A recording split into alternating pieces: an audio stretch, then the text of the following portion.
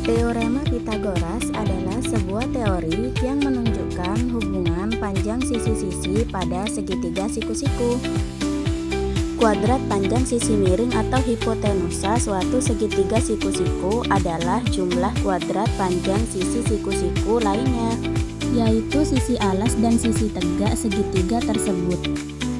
Nah, berdasarkan dalil tersebut, kita dapat menyimpulkan bahwa rumus Pythagoras pada segitiga siku-siku adalah ketika mencari sisi miring atau terpanjang, C kuadrat sama dengan A kuadrat ditambah B kuadrat.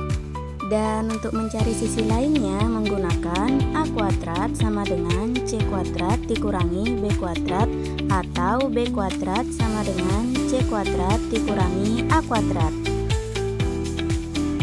di mana C merupakan sisi terpanjang segitiga, sedangkan A dan B merupakan sisi lainnya dari segitiga.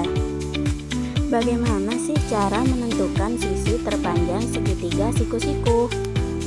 Sisi terpanjang segitiga siku-siku disebut hipotenusa atau sisi miring. Lalu caranya adalah melihat sisi yang berhadapan dengan sudut siku-siku segitiga itu sendiri. Agar lebih paham dan lebih jelas tentang teorema Pythagoras, kita coba ke contoh soal ya.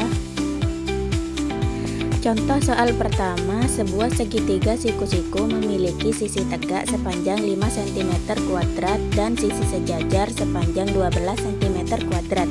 Berapakah panjang sisi miringnya? Untuk penyelesaiannya diketahui A sama dengan 5 cm kuadrat dan B sama dengan 12 cm kuadrat, dan yang ditanya adalah C. Kita menggunakan rumus C kuadrat sama dengan A kuadrat ditambah B kuadrat. C kuadrat sama dengan A-nya 5 kuadrat ditambah B-nya 12 kuadrat. Lalu C kuadrat sama dengan 25 ditambah 144 yang menghasilkan 169 cm kuadrat. 169 diakarkan menjadi 13 cm kuadrat. Jadi panjang sisi miringnya adalah 13 cm kuadrat. Lalu kita lanjut ke contoh soal yang kedua. Nah, pada contoh kedua ini yang diketahui adalah sisi miringnya yaitu 10 cm dan alasnya sepanjang 8 cm. Dan yang ditanyakan berapakah panjang sisi tegaknya? Ini penyelesaiannya. Diketahui C sama dengan 10 cm kuadrat dan B sama dengan 8 cm kuadrat. Yang ditanya adalah sisi A atau sisi tegaknya. Untuk rumusnya kita memakai A kuadrat sama dengan C kuadrat dikurangi B kuadrat. A kuadrat sama dengan 10 kuadrat dikurangi 8 kuadrat. A kuadrat sama dengan 100 dikurangi 64 yang menghasilkan 36 cm kuadrat. Lalu 36 diakarkan menjadi 6 cm kuadrat. Jadi panjang sisi tegaknya adalah 6 cm kuadrat. Nah, itu tadi contoh soal yang mudah untuk bisa memahami teorema Pythagoras. Teorema Pythagoras dapat diterapkan dalam kehidupan sehari-hari dalam berbagai bidang seperti arsitektur, konstruksi, navigasi, dan pemantauan gempa. Teorema Pythagoras juga digunakan dalam perhitungan geometris dan astronomi. Berikut adalah beberapa contoh penerapan teorema Pythagoras.